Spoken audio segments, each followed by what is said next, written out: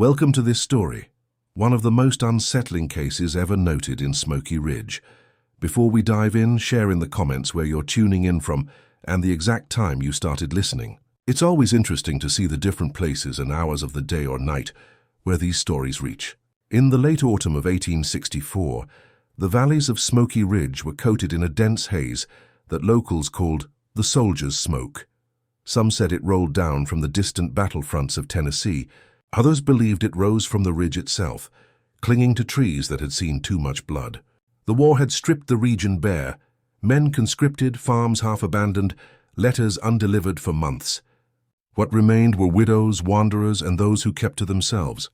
Among them lived the Carter family, modest settlers who owned a narrow strip of farmland between the ridge and the creek. The father, Elias Carter, had vanished 2 winters earlier after enlisting with a Confederate unit that never returned from northern Georgia. His 3 daughters, Margaret, Eliza, and June Carter, stayed behind in their weather-beaten home, surviving by tending goats and trading preserves at the nearest depot, nearly 6 miles of muddy trail away. That autumn, neighbors began whispering that the Carter girls had changed. Margaret, the eldest, stopped attending church. Eliza was seen carrying sacks into the forest at dusk, and June, only 16, was said to hum funeral hymns while stirring kettles that smelled faintly of iron and vinegar. None of it would have stood out if the ridge hadn't already been uneasy. Raiders prowled the backroads, deserters camped in hollows, and hunger gnawed at every family left behind. A local newspaper from Asheville, the Southern Gazette, dated November 1864, made a passing mention of unaccounted travelers gone missing near Smoky Ridge. The war made such losses common, but one deputy, Marshal Edwin Pike, later recalled that the reports clustered strangely around the Carter homestead. "A house that smokes at odd hours," he wrote in his affidavit, "and sisters who never seem to age, though they seldom smile." Historical researchers often point out that these years mirror the broader chaos described in Civil War accounts, particularly those in the American Civil War chronicles that detail how isolated mountain settlements collapsed into lawless pockets. That context helps explain why the first disappearances stirred so little official alarm. There was no one left to search, and even fewer to bury the dead. When the smoke thickened that winter, it was said that the Carter sisters held private suppers on Sundays, claiming they were giving thanks for what God left behind. No one knew exactly what they meant, but travelers began avoiding the trail by their house. One peddler named Thomas Greeley, who sold tinware across the ridge, became the last man to knock on their door. He was never seen again. By the following spring, only the faint outline of his cartwheel remained, half buried in the mud outside their fence. It would take another 5 years before anyone dared to dig near it. When spring thawed the ridge in 1865, Smoky Ridge looked less like a town and more like a forgotten wound. The war was nearing its end, but its shadow still hung over the hollows. Men were returning, some limping, others hollow-eyed, searching for families who had long since vanished or moved away. And in the midst of this slow resurrection, the Carter place remained silent, the windows dark, the doors never open except to the wind. It was around this time that Deputy Marshal Pike received an unsigned letter, scrawled in pencil on thin, rationed paper. The handwriting was shaky, as if from an old man or someone frightened. "They are not what they were. The youngest sings over the pot, and the smell carries down the creek. Come see before it's too late." No one claimed responsibility for sending it, but Pike kept the note and filed it among his wartime correspondences. Years later, his granddaughter would find it in a box marked Smoky Ridge, 1865. The Carter sisters, according to surviving neighbors, had grown pale and thin but strangely composed. Margaret was seen once at a trading post, bartering for vinegar and salt pork, but she refused to answer when asked where her sisters were. Her silence, combined with the increasingly sour odor near the old Carter home, made even the postmaster note in his log, "The smell of curing or of graves, one can't tell which." In that same year, a regional surgeon named Dr. Wallace Penbury, formerly attached to a Confederate field unit, recorded in his journal that he was called to examine a site of suspected burial near the ridge. He wrote that the soil was blackened as if by repeated fire, and that a pit contained what appeared to be fragments of clothing, including a brass button embossed with the insignia of the Tennessee 4th Infantry. No full body was recovered, and the doctor's entries stop abruptly after April of that year. Later, historians would connect Penbury's report to the chaos depicted in the American Civil War accounts, noting how disbanded soldiers often disappeared in the backcountry. Many were listed as deserters, others as missing. It is within that blurred record that Smoky Ridge became a pocket of uncertainty, a place where war and wilderness erased distinction between battle and crime. By summer, word of the Carter sisters had spread to nearby townships. The Reverend Abner Holt from Waynesfield described them in a letter to his congregation. There is talk of 3 sisters who sup at odd hours, giving thanks for provisions that no trader recalls delivering. The tone of mockery in Holt's letter did not last long. 2 months later, his nephew, sent on horseback to deliver a sermon to Smoky Ridge's remaining families, was found along the trail, his horse wandering, his satchel torn open. Nothing of value was taken, and no wound could be found. When questioned, Margaret Carter reportedly told the deputy who brought the news, "Not every soul that walks this ridge is meant to leave it." It was the last recorded statement from any of the sisters. By the autumn of 1866, Smoky Ridge had nearly emptied itself. A few homesteads clung to the slopes, their fences sagging, their fields overrun with thorn and vine. Those who stayed behind lived in half-silence, stillness broken only by the creak of windmill blades and the echo of church bells from valleys miles away. Yet even in this quiet, rumors refused to die. Traders passing through the ridge reported that the Carter house still smoked at strange hours, thin white columns rising from its stone chimney long after midnight. "Like someone baking bread for ghosts," said one wagoner who swore he saw shapes moving behind the curtains. In 1866, Marshal Pike, now older and weary of war's remnants, returned to Smoky Ridge on an errand of closure. He carried a copy of his earlier note, the one about the missing peddler, Thomas Greeley, and intended to mark the case unsolved but closed. Still, curiosity led him to climb the ridge road and see what remained of the Carter property. He later wrote in his report, preserved in the Haywood County Records 1866, that the house stood intact though abandoned. "A jar of pickled roots sat upon the porch rail," he wrote, "and though no smoke rose from the chimney, the smell of wood fire lingered like memory." Inside, he found the table set for 3. Each plate was covered by a cloth napkin, and each cup held dried residue the color of rust. One room, believed to have been June's, contained a narrow cot, an open Bible, and a small iron key hanging from a string nailed above the bed. Beneath the floorboards, Pike claimed to find the first of many buried remains, scraps of clothing, bone shards, and a fragment of a woman's comb carved with the initials T.G., the same as the missing peddler. The Asheville Register, dated September 2, 1866, published a brief mention under the headline, "Unearthed. Disturbance near Smoky Ridge." The editor dismissed it as morbid, talk among tired veterans, but added that locals insist the Carter sisters were not seen leaving the area. The lack of formal graves, witnesses, or bodies allowed the mystery to linger unpunished. Scholars who later reviewed Civil War-era disappearances, citing the American Civil War entry in their bibliographies, argued that Smoky Ridge was emblematic of hundreds of undocumented wartime tragedies.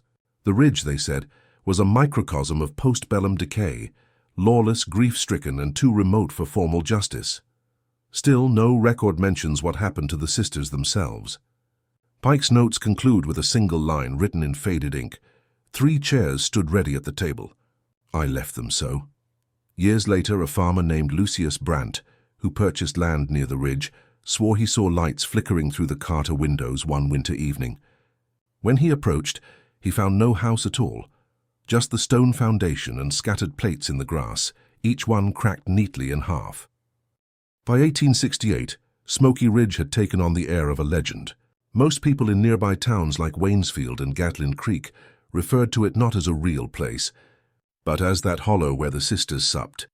Travelers spoke of it in half-whispers, the same way they might mention fever outbreaks or haunted mines. The road to the ridge grew over with grass, and wagon ruts faded into the soil. Still, the name Carter appeared occasionally in ledgers and registry books. A storekeeper's receipt from March 1868 showed M. Carter, purchase of flour, salt, and lye soap. The handwriting was shaky, the signature smudged. Another record, a physician's note from Dr. Penbury's assistant, Ezra Klein, mentioned treating a Miss C for chronic faintness and an unnamed fever. He noted, "The patient refused broth, demanded vinegar." No one ever confirmed if it was one of the sisters. In the years after the war, new settlers moved into the Smoky Ridge foothills, unaware of its dark past. Among them was Samuel Dobbs, a veteran who'd lost a hand at Chickamauga. He built a small cabin near the old Carter place, using stones scavenged from the collapsed foundation. Dobbs was a practical man, no patience for ghost tales, but he kept a diary now preserved in the Haywood County Archive. An entry from October 3, 1870 reads, "Found a root cellar beneath my new floor. Smells of smoke and old vinegar. Inside a jar sealed with wax, contents unrecognizable. Will not open." 2 months later, he wrote again, "Something sings at night, soft and far off.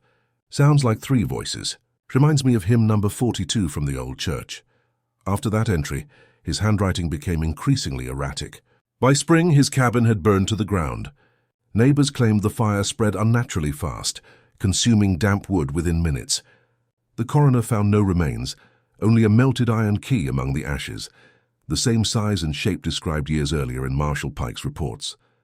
Midway through that decade, university researchers studying post-war displacement cited the region's case as a sociological anomaly.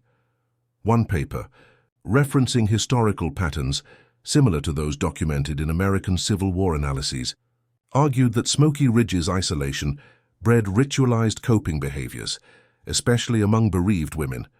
The authors didn't name the Carter sisters directly, but their descriptions of families retreating into silence, of food rituals and songs for the dead, felt unmistakably familiar. By 1875, only fragments of the Carter homestead remained.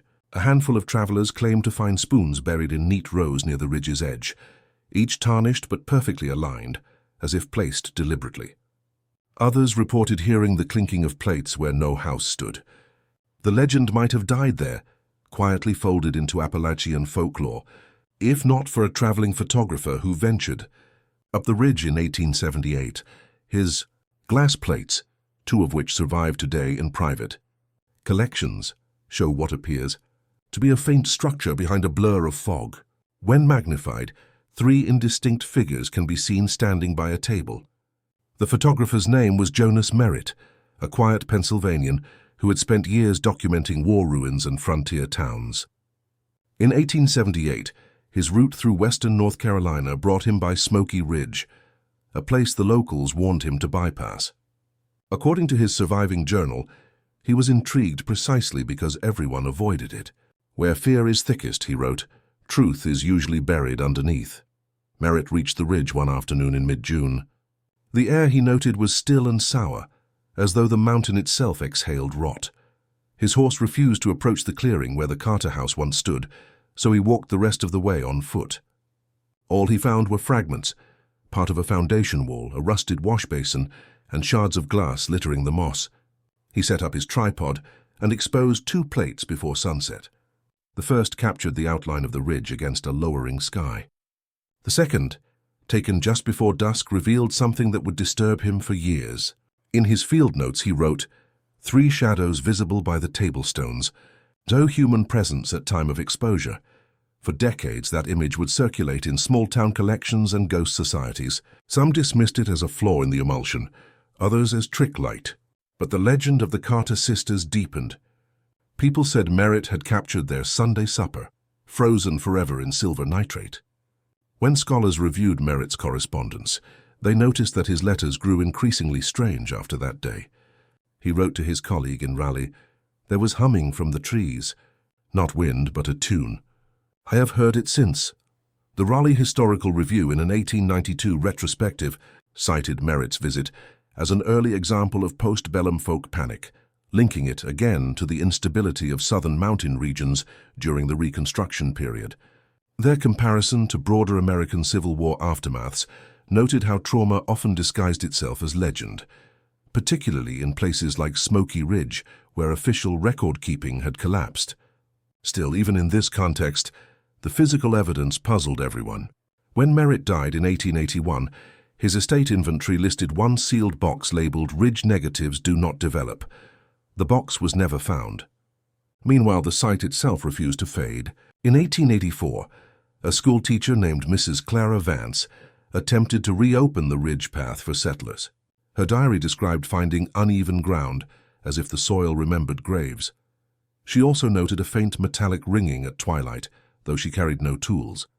Locals who helped her survey the area later refused payment, claiming they didn't like how the air thickened near sundown. Vance persisted for 2 seasons before abruptly leaving. She told the county clerk she'd been called away by kin, but her assistant recalled her last words on the ridge. "There's a table waiting up there, and the place keeps it set." From then on, Smoky Ridge became less of a location and more of a warning.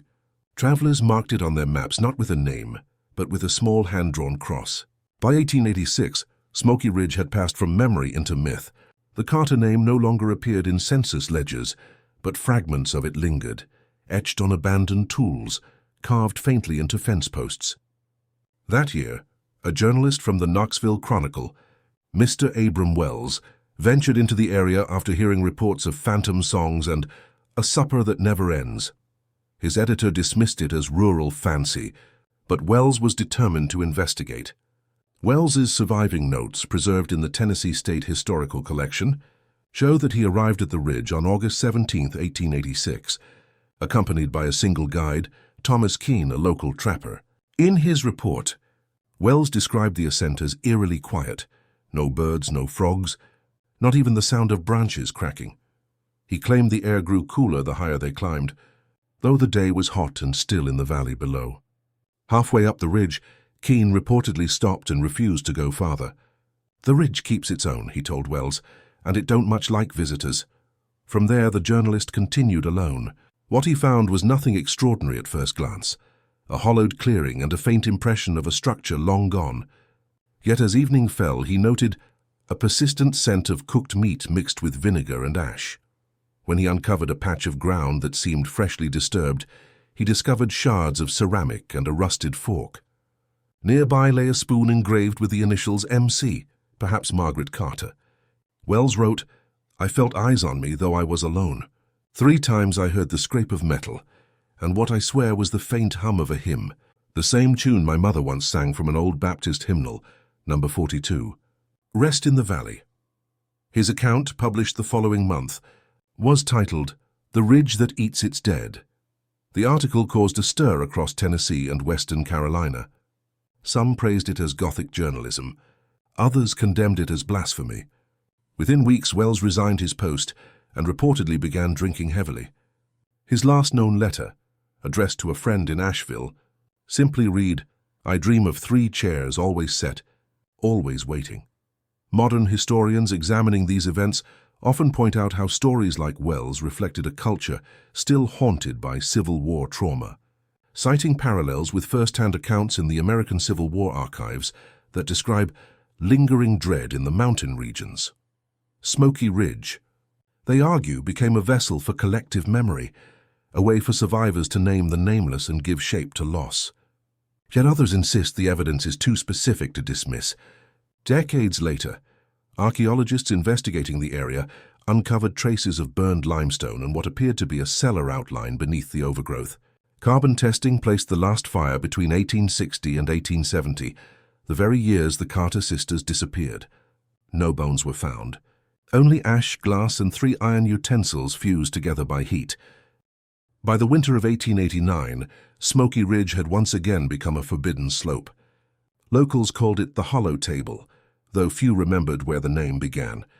What they did recall were the sudden storms that gathered only over the ridge, lightning that split trees without rain, and the strange way echoes carried even when there was no sound to cause them. In that same winter, a new family, the Warrens, attempted to settle near the ridge's base. They were farmers from Georgia, displaced by flood, hoping for quiet land and good soil. For a few months they seemed to manage both. But in March of 1890, their eldest son, Caleb Warren, recorded in his pocket diary that he had found the Carter well. He described a stone ring hidden beneath vines, the rope still tied to an old wooden bucket. The water, he noted, tastes of metal yet runs clear. Over the next week, Caleb's entries shifted from mundane to frantic. Heard singing near dusk. 3 voices again. No words I can make out. Ma says we should bless the well before using. I think it's too late. The final entry, dated March 18th, read only, "The table is set." The Warrens vanished shortly thereafter. Their farm was later found intact, livestock unfed, no signs of struggle. Only the well remained, filled halfway with rainwater and silt. Years later, when Professor Charles Latham of the University of North Carolina compiled regional case studies of postbellum disappearances, he cited the Warren account as part of what he termed the Ridge phenomena. Latham's report drew upon numerous examples of isolationist families throughout the southern mountains.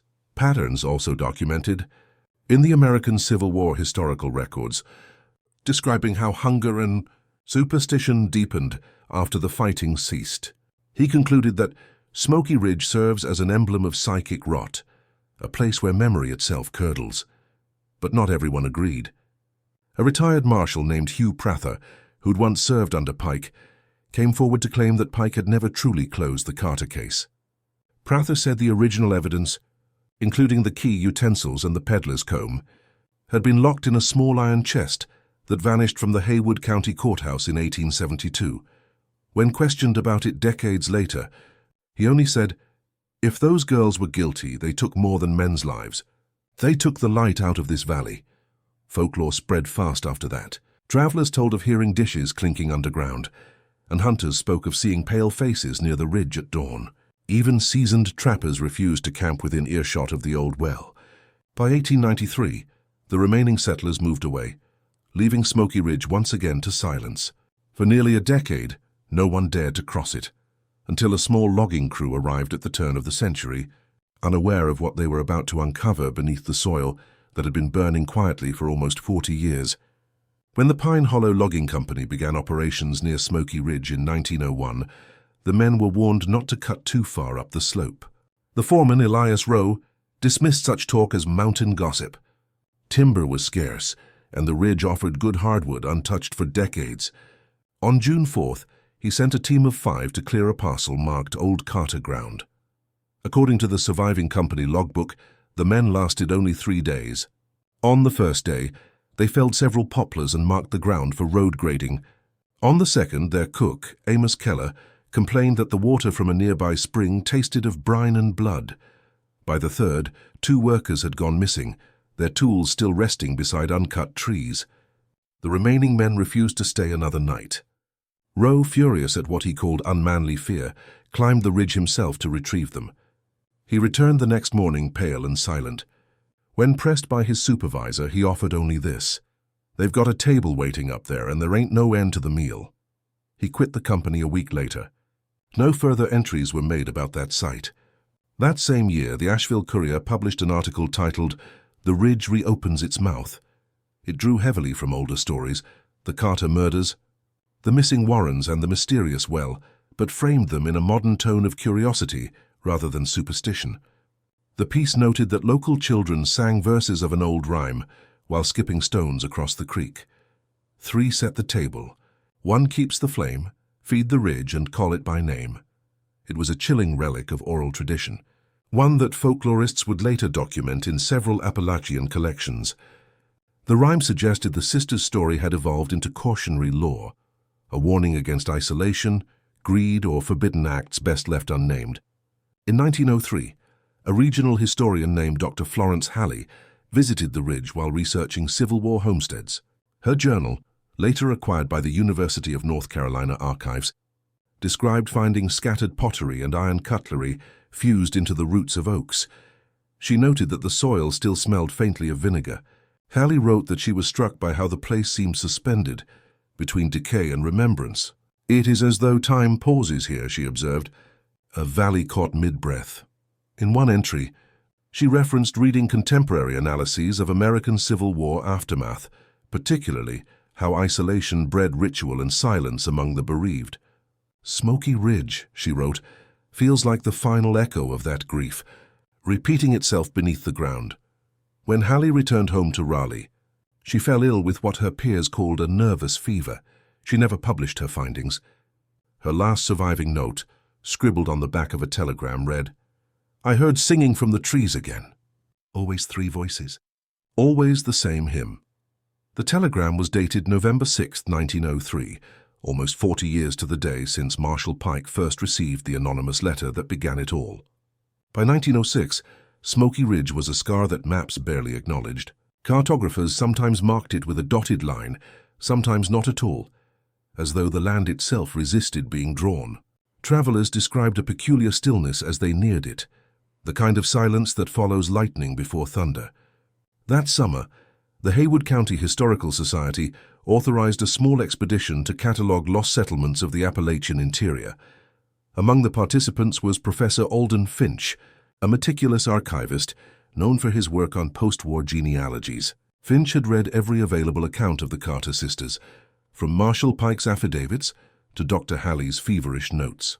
He believed, as many in his generation did, that folklore concealed forgotten truths.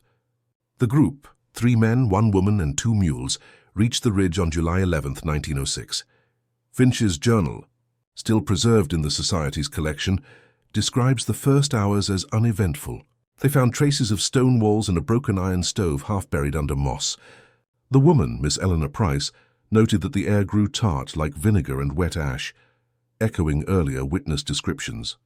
When they began to dig near what they assumed was a former cellar, the tone of the journal changed. "At the depth of 2 feet, Finch wrote, we uncovered 3 concentric rings of flat stones. Between them were fragments of crockery, spoons, and small vertebrae, animal, perhaps human. Each ring formed a perfect circle. The arrangement felt deliberate, ritual. Miss Price insisted they recover the site and leave at once. Finch, however, continued cataloguing until dusk, when the light took on a greenish cast, and their mules began to bray uncontrollably. He recorded one last line before breaking off. "I heard singing again, the same tune from Halley's notes, the hymn called Rest in the Valley." When the team returned to Asheville, Finch sent their samples for analysis. The report, dated August 1906, listed the remains as inconclusive, possibly mixed human and animal origin. The artifacts themselves vanished from the Society's storeroom within a year. That same winter, the Asheville Courier, always keen to revive old legends, published a column titled "What the Ridge Hides." It summarized Finch's findings but added a detail not found in any of his surviving documents: that 3 fresh chairs had been discovered near the excavation site. Their wood unrotted despite decades of exposure. No one could later confirm who added that embellishment, yet it spread fast through the region, solidifying the myth of the Eternal Supper. Historians now view these reports through the lens of American Civil War aftermath, a time when mass death, starvation, and superstition blurred reality. But even those skeptical scholars admit something unsettling about the continuity. Decade after decade, the same voices, the same hymn, the same scent of vinegar and ash. By 1908, the Society closed its investigation. In the final minutes of their last meeting, the clerk recorded one anonymous remark: "If you dig deep enough in Smoky Ridge, you don't find the past, you wake it." The new century had brought rail lines, telegraphs, and a sense of progress to most of North Carolina. But Smoky Ridge remained an untouched corner of the old world. By 1910, people spoke of it as if it were a different age entirely. A handful of trappers ventured close, mostly out of necessity, yet all who did told eerily similar stories. Sudden cold winds, the smell of vinegar, and the echo of metal clinking beneath the soil. That year, Reverend Samuel Hodge, a circuit preacher known for ministering to mountain settlements, recorded a visit to the area in his travel log. He'd been asked to bless a newborn child in a family cabin near the ridge's foot. The entry began simply enough: weather notes, road conditions, but by evening his tone shifted. Strange music rises from the higher slopes. I thought it whined through broken trees, but the rhythm repeats, measured and mournful. The family here will not speak after dark. Reverend Hodge, though educated and practical, confessed in a later sermon that he left the child unblessed. There are places, he told his congregation, where even prayer cannot reach. The next known record came from Eleanor Price, the same woman who had joined Professor Finch on his 1906 survey. Now older and frail, She corresponded with the Haywood County Historical Society once more, sending a letter dated September 3, 1911. In it, she wrote, "The dream has returned. 3 figures stand by a table of stone. They lift no food, yet the smell of brine fills the air. I wake with the taste of ash on my tongue." Her letter mentioned rereading Finch's old notes, which she claimed had since gone missing. "Perhaps," she wrote, "the ridge keeps what belongs to it." Around this time, a rail survey crew cutting through the western hills reported an odd discovery. Near mile marker 42, an unplanned detour caused by rockfall, they unearthed a cluster of household items, plates, forks, and fragments of glass bottles. A foreman's note, archived by the North Carolina Department of Transportation, lists them under Civil War-era refuse, yet, oddly, the metal showed almost no rust. When the pieces were sent to a lab in Raleigh for testing, the analyst remarked that they appeared heat-fused, as if exposed to temperatures higher than any ordinary fire. The samples were misplaced shortly afterward. Later folklore connected the rail team's find with the Carter sisters, claiming that the proposed railway had disturbed their resting place. Workers refused to continue through the ridge, forcing engineers to reroute the line entirely, a decision that left Smoky Ridge isolated even deeper into the 20th century. By the following year, 1912, no one lived within 10 miles of the old site. The county quietly decommissioned the road leading up the slope, listing it as impassable terrain. But even as the land reclaimed itself, the legend refused to die. Farmers in the lower valleys still spoke of faint hymn-singing carried on winter winds, 3 voices, always in harmony, never closer, never fading. The winter of 1913 was harsher than any in recent memory. A frost settled early across the Blue Ridge, locking the earth and splitting trees with ice. The few remaining families near Smoky Ridge spoke of hearing the old hymn again, the same melody that had haunted the ridge for nearly 50 years. It came most clearly after sundown, when the moon hung low and pale, and the wind traveled from the east. That same season, Dr. Nathaniel Greer, a historian from Knoxville, made his way to the ridge while gathering oral accounts for a volume on Appalachian folklore. He was aware of the Carter legend, having encountered passing references to it in American Civil War studies that described unresolved homestead disappearances in the southern hills. Greer, rational and skeptical, hoped to document how fear had evolved into superstition. He arrived in January 1913, accompanied by a young student named Hiram Sutter, and lodged at a farmhouse a few miles from the ridge's base. His first notes were practical, barometric readings, sketches of terrain, but by the second week they darkened in tone. In one entry, Greer wrote, "There is a quality to this place that resists reason. The animals will not cross the creek that borders the ridge. Even the sound of our steps seems swallowed by the air." Greer interviewed several elderly locals, all of whom recalled the Carter sisters as pale women with church voices. One man, Silas McCall, claimed his grandmother once shared supper with them in 1864. They said grace twice, he recalled, once for the living and once for what they'd lost. As Greer continued his research, he noted an odd recurrence in every testimony, the mention of a vinegar smell preceding disappearances. One woman insisted the scent signaled the table being set again. Intrigued, Greer spent a night near the overgrown foundation of the old Carter home, determined to prove or disprove such tales. Sutter later recounted the night in a shaken letter. At precisely midnight, the air changed. There was a low hum like a hymn sung through glass. The doctor rose suddenly and said, "Do you smell it?" Then he vanished from my sight. I saw only a shimmer, like heat over stone. When searchers arrived the next morning, they found Greer's notebook, a single boot, and the remains of his campfire. His body was never recovered. The final entry in his journal read, "It is not hunger that binds this place, but remembrance. They keep the meal because they cannot stop the prayer." The loss of Dr. Greer marked the last documented disappearance tied to Smoky Ridge within that 50-year span. His disappearance coincided eerily with the anniversary of the first reports made by Marshal Pike, half a century earlier. And just like before, the investigation yielded no evidence, only silence, smoke, and the faintest trace of vinegar in the wind. By spring of 1914, the region surrounding Smoky Ridge was all but deserted.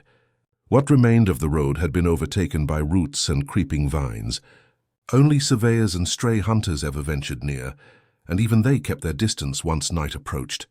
The disappearance of Dr. Nathaniel Greer the previous winter had become a cautionary tale in nearby towns, a final warning whispered in barrooms and church pews alike. A few months after Greer vanished, his assistant Hiram Sutter returned to the ridge one last time. His reason, according to a statement later recorded in the Haywood County Clerk's log, was to collect the doctor's belongings for his widow.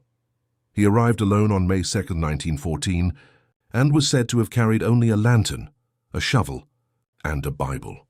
His written notes from that night survived, faintly penciled on damp paper later recovered in his pack. The first few lines are mundane. Reached the ridge at sunset. Sky clear, creek low. Lantern steady. Then as dusk settled, his tone shifted. The ground moves when you stand too long. The earth sighs like air leaving a body. I found the doctor's camp. There's no boot now. Just a hollow. I hear the song again. The last page bore only 4 words, smeared but legible. 3 chairs. Still warm. Sutter never returned to town. His lantern was later discovered lodged between 2 stones beside the creek, its glass unbroken, but blackened within, as though burned from the inside. By that summer, the county coroner officially closed all related cases, listing the ridge as uninhabitable and unsafe due to unstable ground. But among scholars and clergy alike, curiosity remained. One local pastor, Reverend Joel Kramer, compared the long pattern of deaths and vanishings to a covenant unbroken. He referenced how such tales mirrored patterns observed in American Civil War aftermath studies, where grief and guilt manifested as repeating rituals among isolated families. Perhaps, he wrote, the Carters' suppers were not evil, but remembrance turned sour. Even so, the villagers refused to romanticize it. To them, Smoky Ridge had claimed enough. Old maps were redrawn to omit the area, and families who once lived nearby resettled farther west. The few who stayed said that when the wind blew from the ridge, it carried the faint sound of dishes clattering, no louder than a whisper, but sharp enough to still the heart.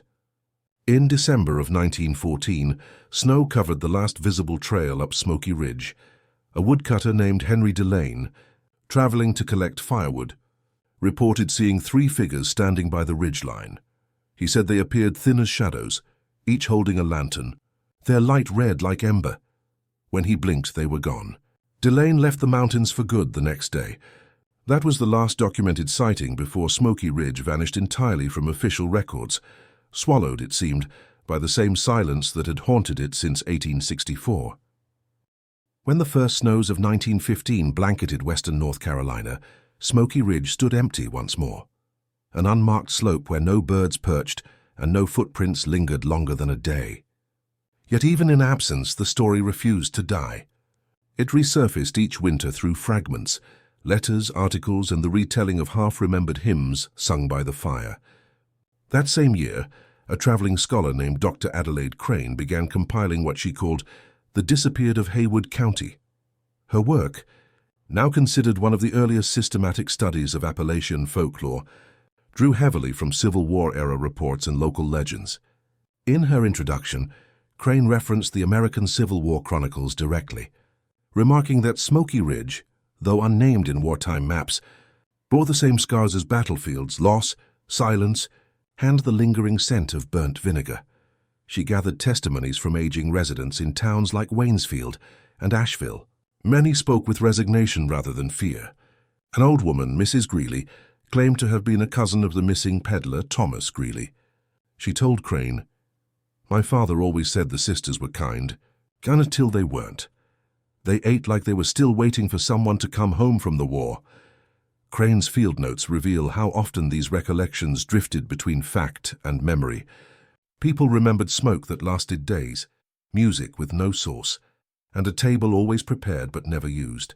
Some claimed the Carter sisters had been seen years after their supposed deaths, traveling under different names in neighboring towns, always together, always polite, always declining food offered to them. In one particularly striking entry, Crane documented a story told by an aging mason. They built a cellar not for storage, but for keeping what couldn't be buried. When the war took everything, they kept what they could, souls and supper alike. Though she remained skeptical, Crane noted the consistency of the accounts. The same hymn, the same scent, the same triad of voices, she wrote. If these are inventions, they are remarkably uniform across 5 decades and 3 counties. Before publishing her findings, she revisited the ridge in late autumn of 1915, traveling alone. Her diary describes the landscape as eerily preserved, trees younger than memory, yet the soil still marked by fire. She claimed to find traces of a foundation identical to Pike's 1866 report, along with fragments of porcelain too white to have endured 50 years of exposure. Her final entry is dated November 14, 1915. The wind carries the smell again. Vinegar, wood ash, and something faintly sweet. I think I hear them. 3 voices barely above breath singing Rest in the Valley. They do not sound cruel, only tired.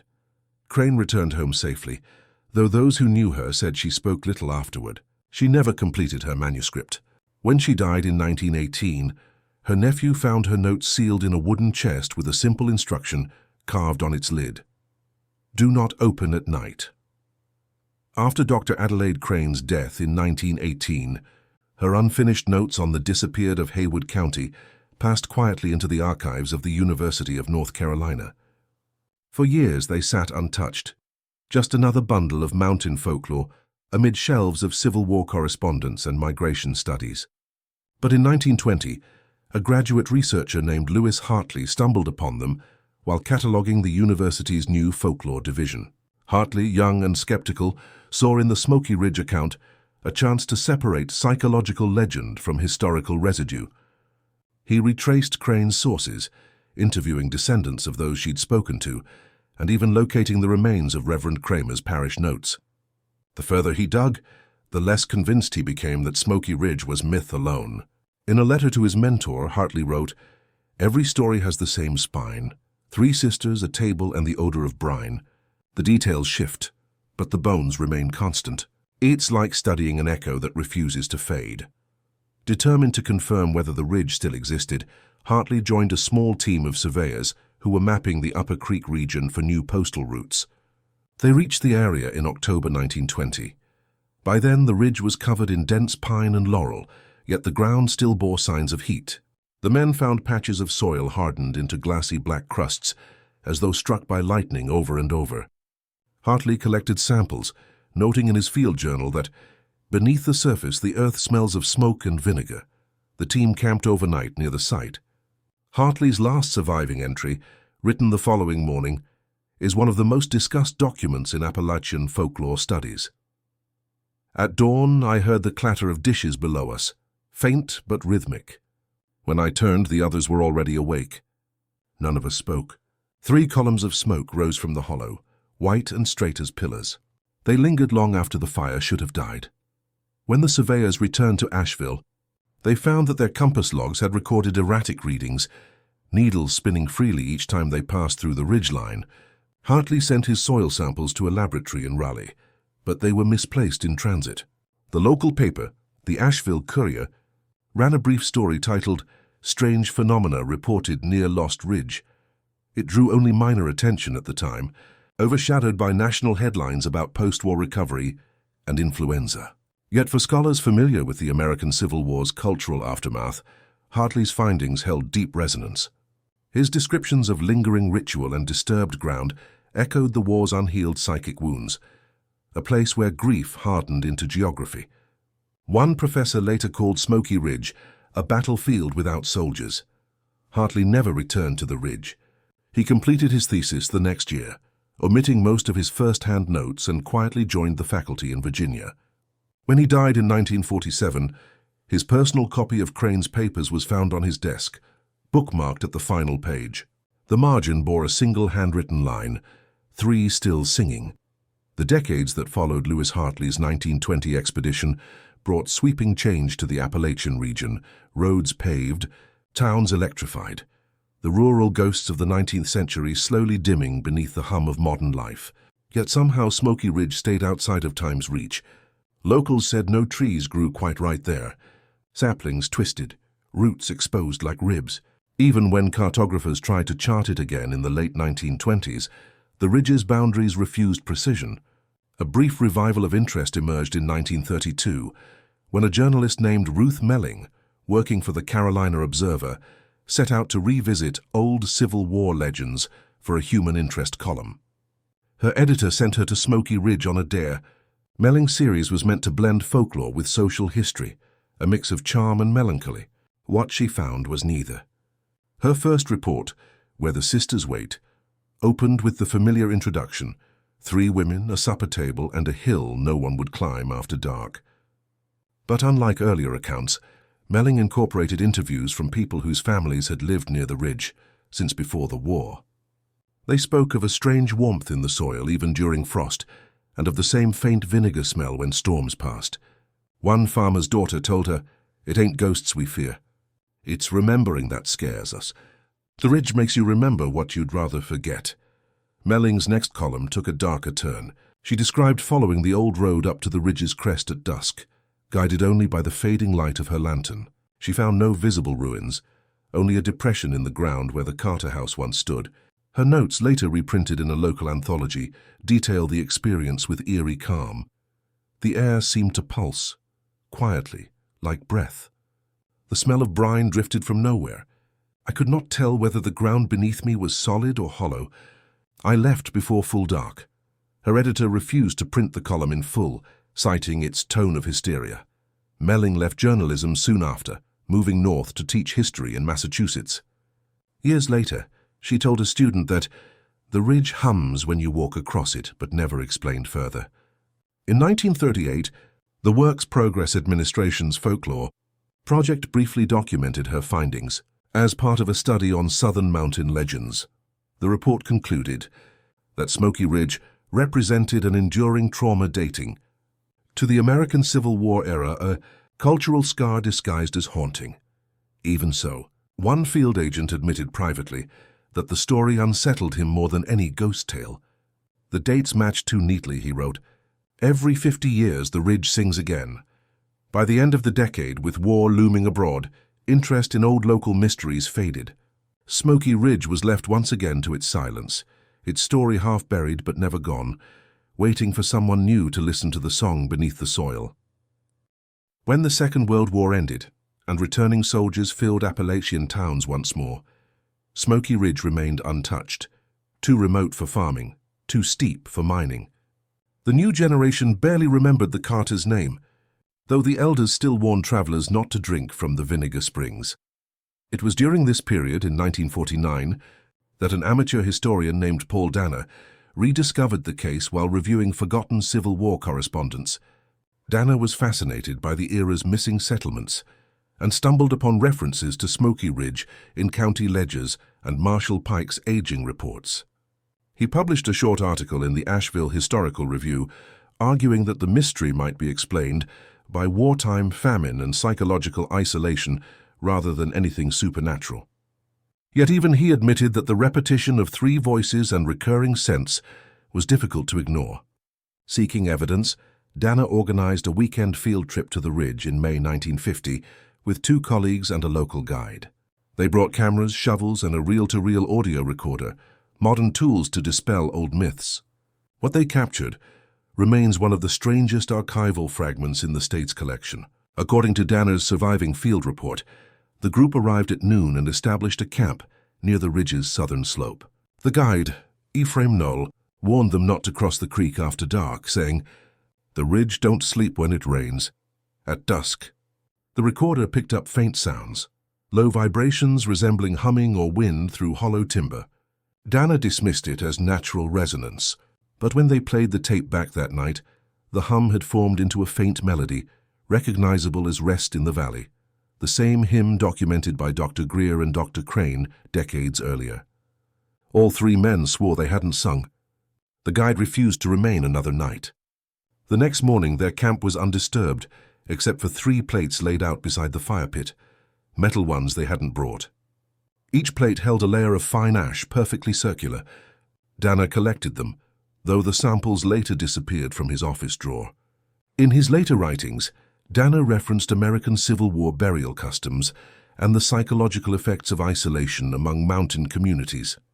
Perhaps, he speculated, the sisters continued their suppers in memory, and the ridge itself learned to echo that grief. His tone was academic, Yet those who knew him said he never returned to the field. When he died in 1961, Danner's daughter found the old reel-to-reel recorder sealed in a box. The label read Smoky Ridge, 1950. Do not play indoors. She donated it to the Haywood County Historical Society, where it was later lost during a flood in 1972. Yet according to an archivist's note, the tape emitted a faint vinegar odor, even after years in storage. By then the ridge had fallen silent once again, its legend slipping quietly back into the folds of forgotten history, waiting for the century to turn. By the time the 1970s arrived, Smoky Ridge had nearly disappeared from living memory. The modern highways bypassed it entirely, and newer generations of locals considered the place a folktale at best, a cautionary story their grandparents had exaggerated.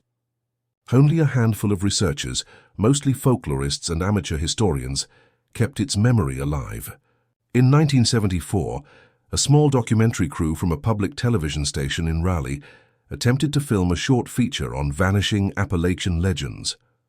The producer, Helen Breyer, included Smoky Ridge in the itinerary after finding a brief mention of it in Paul Danner's 1950 archives. She and her team reached the area that autumn, hauling heavy cameras and reel recorders up the winding forest path that had once been the main trail. What they found was unremarkable. An overgrown clearing, no visible ruins, only the faint outline of stone beneath moss. Yet when they began filming near dusk, several members reported feeling dizzy and short of breath. Their microphones picked up intermittent static, even with no electrical interference nearby. In post-production, the sound engineer noticed that the static seemed patterned, pulsing at intervals of 3.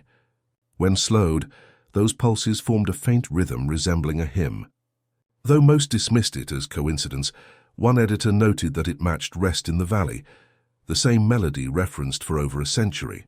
Breyer, skeptical but intrigued, decided to include the anomaly in the final cut, accompanied by narration about post-war isolation and trauma.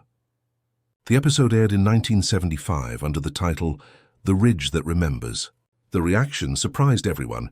Viewers from across the state wrote letters claiming they recognized the melody, that they'd heard it in churches, on old recordings, even in dreams. One man from Tennessee insisted that his grandmother used to hum the same tune before every supper, calling it the Carter's Blessing. The letters grew so numerous that the station eventually archived them, more than 100 in all. Folklorists seized on the phenomenon, arguing that Smoky Ridge had become a cultural echo of the American Civil War, a lingering metaphor for unhealed loss. But a few investigators, Breyer among them, felt something stranger persisted. She returned alone in 1976, determined to capture new footage. In her production log she wrote, "I thought I heard women singing, not near but through the trees. The air smelled faintly of brine. My camera jammed as the sound grew stronger." Breyer never completed her second film. The following spring, a hiker found her abandoned gear near the old creek bed, camera film half exposed and water damaged. The recovered footage, though heavily degraded, showed a single brief frame, what appeared to be a table made of stone, 3 chairs around it, and the faint outline of hands resting upon the surface. For archivists, the image remains ambiguous, artifact or accident, truth or trick of light. But for those who've studied the Smoky Ridge legend, it marked the story's reawakening after another half-century of silence. And once more people began to ask, who still sits at the table? By the early 1980s, Smoky Ridge had returned to quiet, its story drifting between folklore journals and late-night campfire retellings. The television feature had stirred temporary fascination, but soon modern noise drowned it out. Yet the ridge itself, locals said, never changed. Trees grew crooked, moss glowed faintly under moonlight, and in certain seasons the air still carried a sour edge, like vinegar mingled with wood smoke. A final investigation came in 1984, led by Dr. Miriam Holt, a historian of Southern Reconstruction and oral traditions. She approached the mystery not as a ghost story, but as a study of trauma, citing parallels with the grief and displacement described in American Civil War records. Her central thesis, Smoky Ridge endured not because of horror, but because people needed a vessel for what history refused to explain. Holt spent 3 weeks documenting the region, interviewing descendants of families once tied to the ridge, the Brants, the Warrens, even distant kin of the Carters. Most spoke reluctantly. One elderly man, his voice shaking, told her, "It wasn't murder, ma'am. It was waiting." They kept waiting so long the meal went cold, and the world forgot to call them home. Her notes described the ridge as both peaceful and oppressive. "The silence here isn't emptiness," she wrote. "It's fullness without release." On her last night, she camped near the creek that bordered the old Carter property. Around midnight, she recorded in her log a peculiar event. A sound like plates set gently upon a table. Then 3 faint voices rising and falling as one. "I can't tell if they are real or memory, but I find myself listening, not frightened, only mournful." She left the next morning, shaken but unharmed. Her published paper, Echoes of the Ridge, Ritual, Memory, and Grief in Postbellum Appalachia, concluded with a line that still echoes through folklore studies. "Perhaps Smoky Ridge does not haunt, it remembers. And in remembering it sings." In the decades since, hikers who venture near the old creek sometimes claim to hear the same faint melody rest in the valley, drifting between trees when fog settles low. Others speak of seeing small glimmers of light weaving through the branches, as if carried by unseen hands. No remains of the Carter home have ever been found. Only shards of porcelain appear after heavy rain, smooth as bone and too white for natural clay. Today, Smoky Ridge stands unmarked, a fold of wilderness on maps that list nothing there at all. The few who still study it agree on one thing: every 50 years its story stirs again. Letters surface, voices hum, and the scent of vinegar returns on the wind, gentle but insistent, like a memory refusing to fade. So if you ever find yourself walking through western North Carolina and the air turns cool without warning, if the wind carries the faint clink of dishes or a hymn you don't quite know, pause for a moment before you move on. The ridge does not harm those who listen. It only asks that you remember.